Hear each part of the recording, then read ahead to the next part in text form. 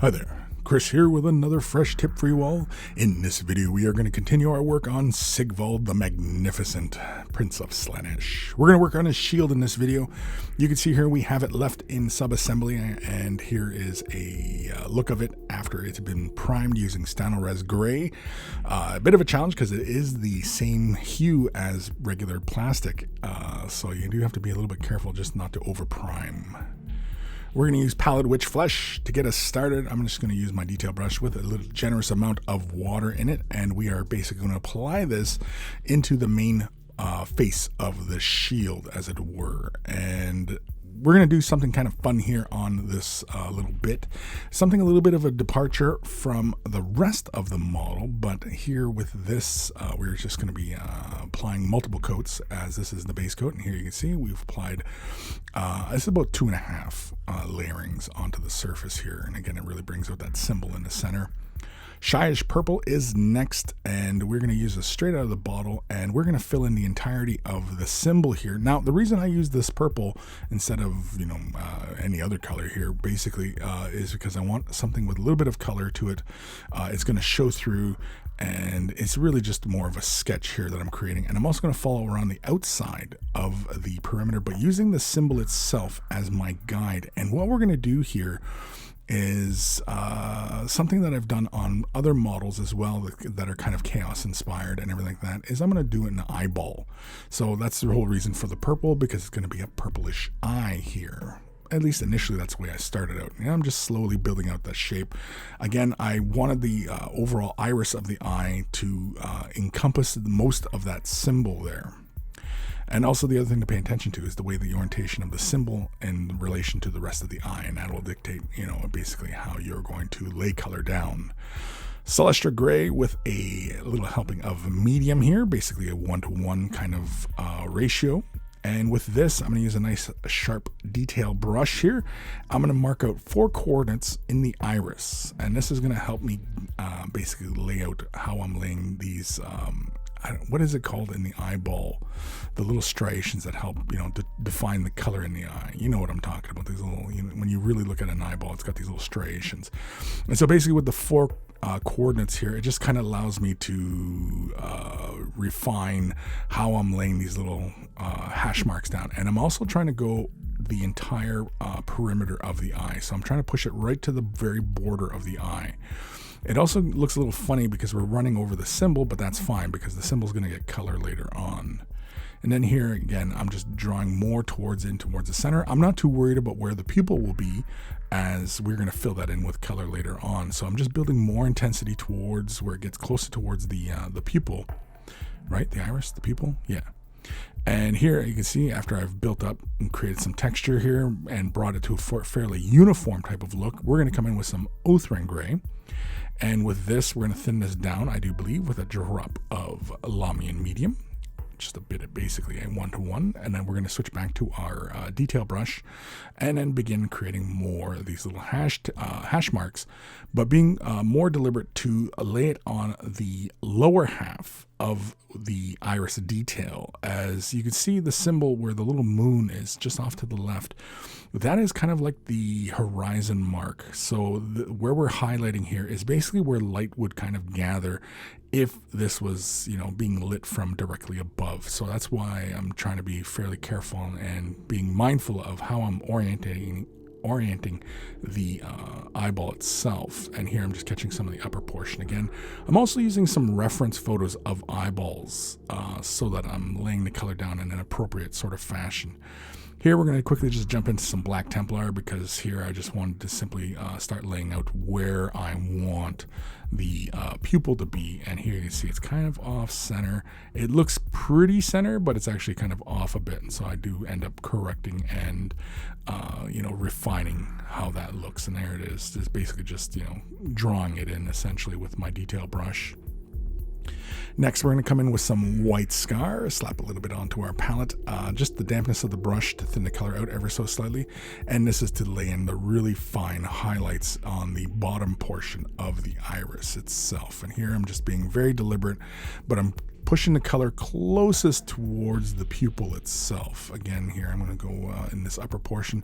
Again, keeping it sort of visually interesting, so I'm kind of doing about, it's probably most of the lower half of the iris, but then I'm going in with just like a little pie section of the upper portion, and again, creating some highlights there. Again, I was using a photograph as a reference of where I want to place these brighter tones.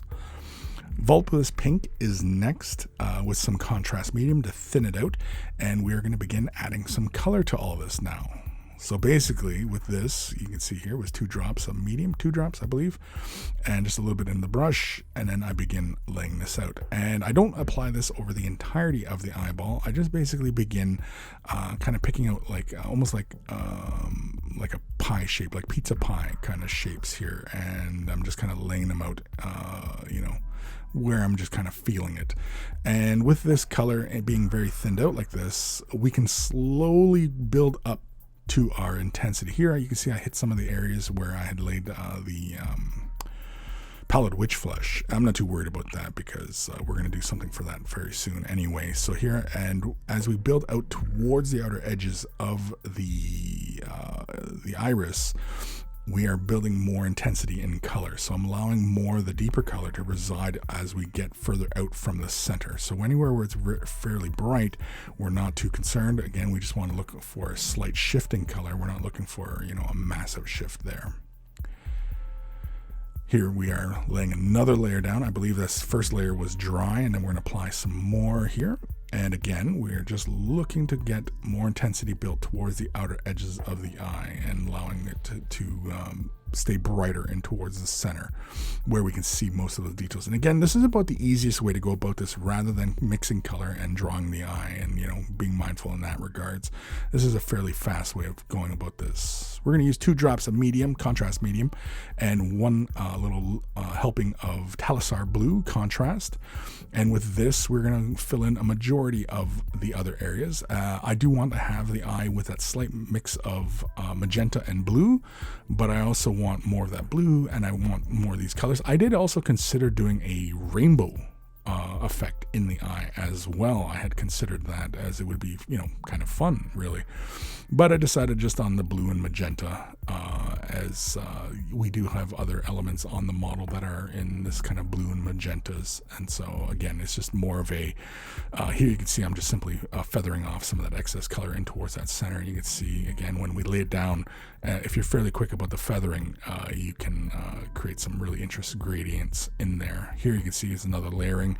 We're just building up intensity, and we're pushing that color out towards the outer perimeter of the iris detail, going for deeper color as we build outwards, leaving more of the intensity in towards the center, and that really helps sell the viewer that they're actually looking into an eyeball on the shield. Once we're done with that, we're going to jump over to some Magos purple, Magos, some contrast medium. We're going to slap 2 drops down onto our palette, grab a brush full of the color, and then mix that in. It becomes a very, very dilute. And here we're going to apply it over a majority of the iris detail. And then I decided, you know what, it's a fantastic color. We're going to use it over the entirety of that pallid witch flesh that we used as our base coat to begin with. With this is kind of representing, obviously, the blood vessels in the eye, and, giving us that more of a, human type of look to an eye. Anywhere where it's really, really intense and gathering, I draw the excess out. I only am looking for slight gathering out towards the outer edges of the shield, where it is the framing of the shield that I'm looking for. Once that is fully dry, we're going to come in and work on the Magos purple again. All right, because we're going to build a little bit more into the iris. There's one spot here where I was thinking initially of, kind of having this transition of magenta to the blue, and so I wanted these more purplier tones, and again, it was just to kind of help transition between those areas. But then I was like, it looked kind of cool, just kind of an abrupt stop from magenta to the blue, and so I decided against that. But I didn't bother correcting it because, didn't really feel it was too big a concern. We're jumping back into the shyish purple and some contrast medium, just 2 drops, a brush full of the shyish purple, mixing that in. And then, of course, we're going to come in and basically just reestablish some of those purplier tones. Purplier? Is that the right way to say that? I don't know. This is, again, just to help build that outer perimeter, again, of the color. Here you can see I'm also filling in some of the outer perimeter of the iris as well, because we're back into the shyish purple, which was basically our base coat for this eyeball. But again, we could have just as easily used any dark color really to accomplish that goal. Here I also use the color just around the perimeter of the icon itself. Uthran Gray is next with some Lamian Medium just for thinning. I'm going to slap a little bit onto the palette. Just add a drop into our mixture, or 2 apparently. It's 2 drops. So we're really thinning this out for glazing. And here we're just going to basically reestablish some of those details in the iris. And again, as long as you're keeping it fairly light and you're not being too heavy, applying too much pressure or anything like that, you can see how I'm running into the pupil again, but that's easy fix, and that's not really a huge concern running back into that detail. Really, we're just more concerned with getting that texture down and building up that highlight on those areas. Here, I'm just simply coming in and reestablishing some of that texture on the entirety of the iris, as I don't want any of that texture lost, and so I'm just kind of lightly reestablishing it. Because we have the color in a thinned out consistency like this, it allows you to build up to the effect, and that's always better than laying just a heavy color down and then all of a sudden, yeah, you're stuck with it, right? Lead Belcher with some Abaddon Black. Abaddon? This is basically going to be mostly a 1-to-1 mix ratio. We're going to add some medium there just to thin it out, just to help us with application. It looks really, really dark now, but it actually is not quite that dark, but it is a good start. And I really didn't feel like adding any kind of washes or anything like this to the metallic details, so that's why I went with this mixture of Abaddon Black and Lead Belcher to go for a really dark metal type of look here, so I can build upon that. Looking for something very contrasty. And of course, we are also going to do those outer perimeter details, the back side of the shield, as well as the icon itself. And there, I'm just demonstrating that I'm also working on the back side of the shield as well. And then here, we're just very, very carefully trying to work the icon itself. Here I'm catching just the uppermost portion. I don't really worry too much about the sides of the icon itself, other than that moon shape. But on the eyeball, it's really just the high points that I'm catching here. I'm just basically following along the detail. And because we have the Lamian Medium added to it, it draws very, very nicely and we maintain a lot of control. It's really hard to see the icon in the eyeball and the iris, but it's there. There's also like a gemstone detail in that eye as well, and we're going to have to figure that one out later on. Lead Belcher's next, all on its lonesome. We're going to use a detail brush with just a little bit of water into the mixture, just basically whatever was sitting in your brush. And each of the little spikes around the shield on the bottom, the ones that are pointing downwards, I do just one side of the little arrows that are coming out, and basically I'm doing the side of each of those arrows that faces downwards. Again, that's why it's kind of important to maintain the how this is oriented on the model. The areas that are above, I'm catching just the outer edges. So everything facets, that's kind of like a non-metallic metal, but not we're putting our highlights downwards and keeping our deeper colors above. On the icon itself, I do basically the bottom perimeter, catching mostly in this Lead Belcher, but the portions of the detail itself, I do just one upper corner. You can see there kind of where we're pushing those highlights before on the iris itself, where we're kind of doing that pie wedge shape type thing. Iron Breaker's next, slap a little bit onto our palette. We're just going to use the dampness of the brush just to thin the color out ever so slightly. And with this, we're going to do just the basic edges and just, filling in some of the little details, being very deliberate. There is also a facet because each of those little arrows, it has like a little detail that looks like they're gemstone as well. So we will get to those at a later point. but we're just looking to be very careful here. We're not looking to push this all the way to a bright silver, and we could have went with a gold for this as well to kind of feel like the rest of the model, but I didn't really feel it was necessary for his armor, his sword, and all these things kind of matching. I was just more concerned with, basically things looking cool, essentially. And with this, you can see on that upper portion there, it's just a very little amount on the icon itself on the upper portion, but on the bottom portion, a little bit more silver, or this ironbreaker gets applied. And again, the bottom portions get a little bit more silver treatment than the upper portions. And again, it's just really kind of, an aesthetics choice. It's not like, you're going to mess up your project if you don't do it the same way either. Pallid Witch Flesh with some Lamian Medium is next, and with this, basically we're going to slap a little bit onto our palette. We're going to use, I think 2 drops. Yeah, 2 drops, and we're going to turn this into a nice thin glaze. And at this phase, I'm just going to reestablish some of that base tone closer to the iris, allowing the deeper color to reside on the outer perimeter of those details. But also, this is the opportunity to start to clean up the perimeter of the iris and get that rounder shape, kind of being a little bit more consistent. So at this phase here, I do not film the entirety of it, but you can see here there was a couple points there where the color was sticking out from the perimeter of the iris. This is the point in which I clean up those edges, and again, just to refine the shape and obviously make it look a little bit more, I don't know, neater. We add some white scar to that mixture. It's not quite a 1-to-1, but closer to 1-to-1. And with that, I just basically follow along the perimeter of the iris, allowing more color to reside on the upper portion of the shield. So basically everything on the north end of that iris is getting more of a highlight, and the bottom portion is just really just along the perimeter of the iris.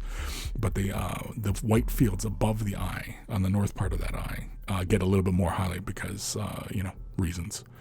Next, I'm going to take some Lamian Medium all on its lonesome, and I'm just going to apply this directly over the colors of the iris because, again, we use so much contrast medium that it finishes with a slight satiny finish, and I just want to knock that down because it's kind of messing with my eye, not that eye, just where color placement is and everything like that. So I'm just taking it down to a matte because, again, I do want to have that difference, as you can see here, with the shiny metals and the matte finish of the eye itself. But I actually might give the eye a gloss.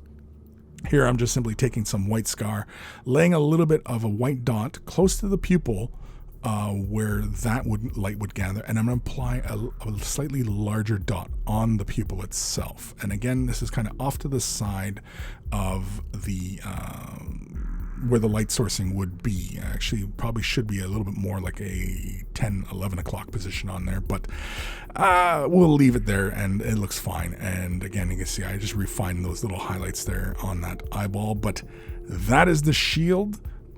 We may carry those a little bit further, and plus we also have to work on the gemstones on it, but we got to work on the gemstones all over the place. But that is it. Next, we'll be working on the base.